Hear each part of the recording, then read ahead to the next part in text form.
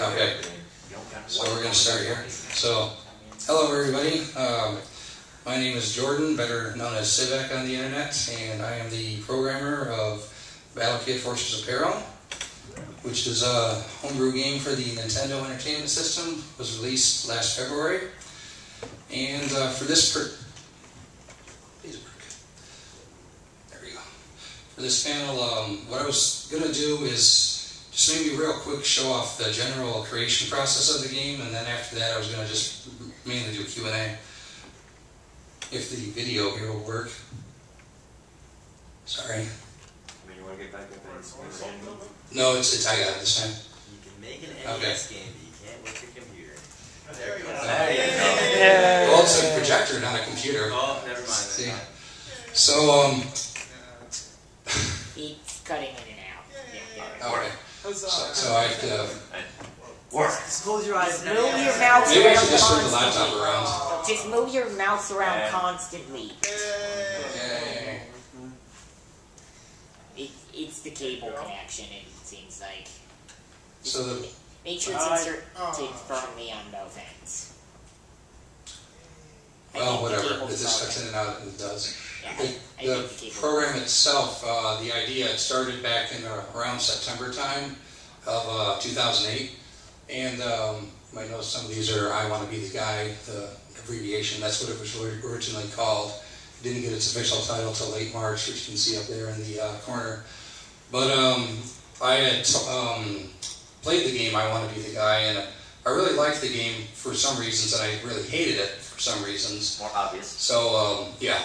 So I had thought, you know, it might be cool to do a game that's like I Want to Be the Guy, only stripping out all the things I hate about it and adding different things on it. So I had done 3 games prior to this, real simple games, and I wanted to finally do something bigger. And I had written the creator of I Want to Be the Guy, Can, or Mike O'Reilly, that's his real name.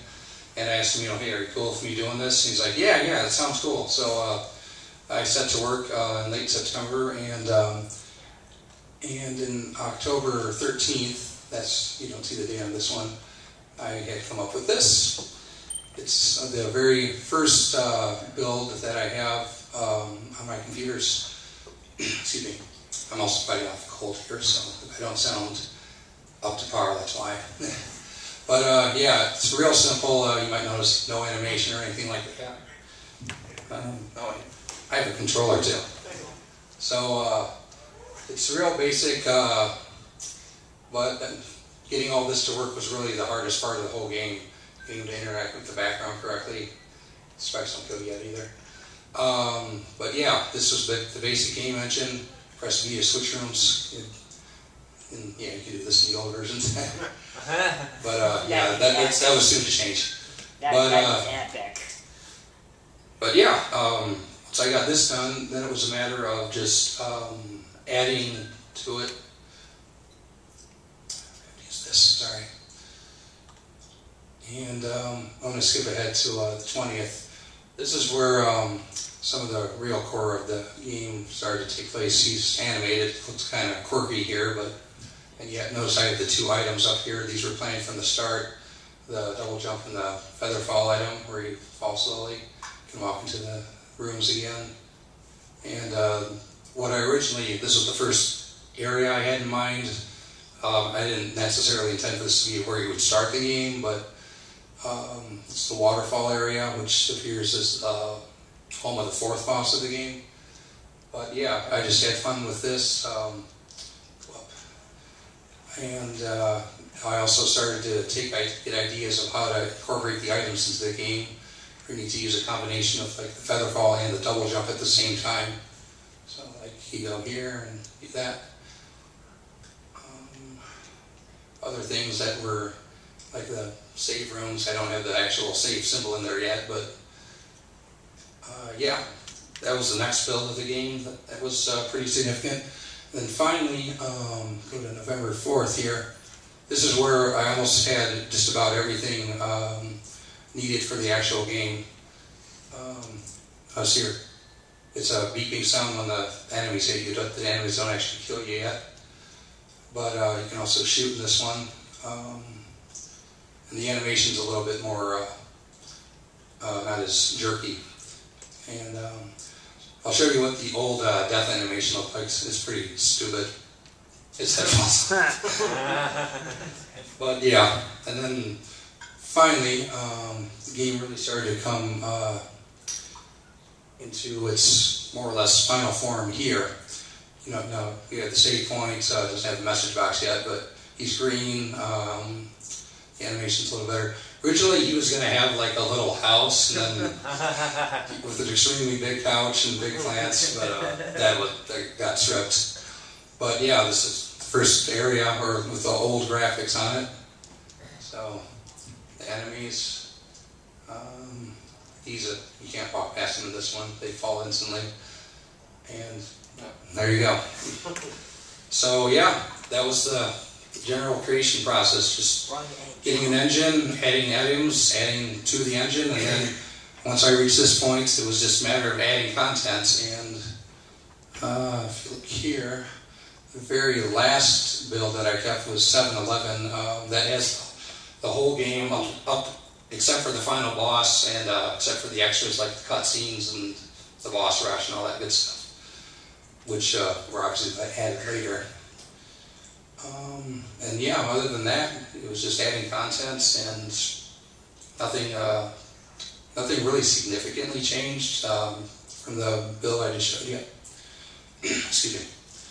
So I think with that said, I was just going to start the Q&A part right now. So anyone wants to ask something, go ahead. What was the process of getting the like made into cartridges? How did that go? What I have to do is send him a ROM file, and he just turns it to an EEPROM. The actual circuit board, he gets those in. I think he gets those imported. I don't know from where. And then the actual green cart shells are also imported from. I think he said from Hong Kong. He gets them in orders of like 600. Oh yeah, and the labels and manuals he also gets orders those from another. Sorry, it sounds so pathetic. So he orders those from other sources. But yeah, that's pretty much it. Next question? What's your next project? Well, we could say it has the initials BK2. Maybe. Yeah, I have ideas for that, but nothing's really coming to fruition programming-wise. So, next question. Have you given any consideration to doing a different platform? I mean, oh, you mean other than the NES? yeah, Like a different console? You mean? yeah. Like, I mean, Well, you got all the old school stuff out there, like yeah. Like the Genesis or the other ones. Well, problem with that, like the only other console that has like a significant homebrew following is like the Atari 2600. I think the Dreamcast also does as well. It's a really weak copy production. Yeah. Though I was never, I don't have a Dreamcast. I don't think I've ever actually seen a Dreamcast in person, to tell you the truth. You haven't been around the shop today, have you? I have in my school. But for like the Super Nintendo or Sega Genesis, for example, I don't think those are quite as well. The Super Nintendo isn't quite as well understood yet, and getting the parts for those too. Like he recently has this SNES Power Pack on the site. I don't know about making an actual homebrew game, but it's really hard to say at this point. If I was going to do it, it wouldn't be right away. It would have to be in the future to see how things come into play. So you are open to the idea. We just want to wait until. Yeah, it has to be like conceivably doable to do first. I can understand that. Yep. Next question. Yep. What made you decide to do it on the NES rather than a downloadable game like I Want to Be the Guy?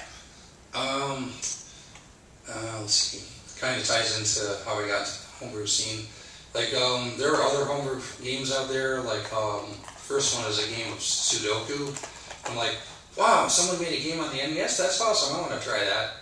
But for PC programming, I'm only mildly good with something like C++, for example. So, and C++ is more frustrating, I think, than assembly code, to be honest with you, even though assembly code is long and tedious. But, yeah, the NES just seemed like an easy, well, easy to me thing to make a program for. Yeah.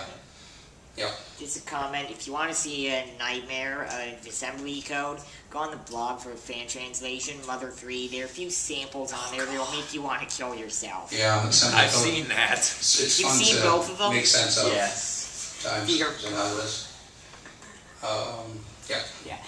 So, Yeah, yeah. go to address, I forget the exact, and lose brain cells in massive quantities. Anyone who remembers that quote, give a woohoo. And then drink beer until you die. Okay.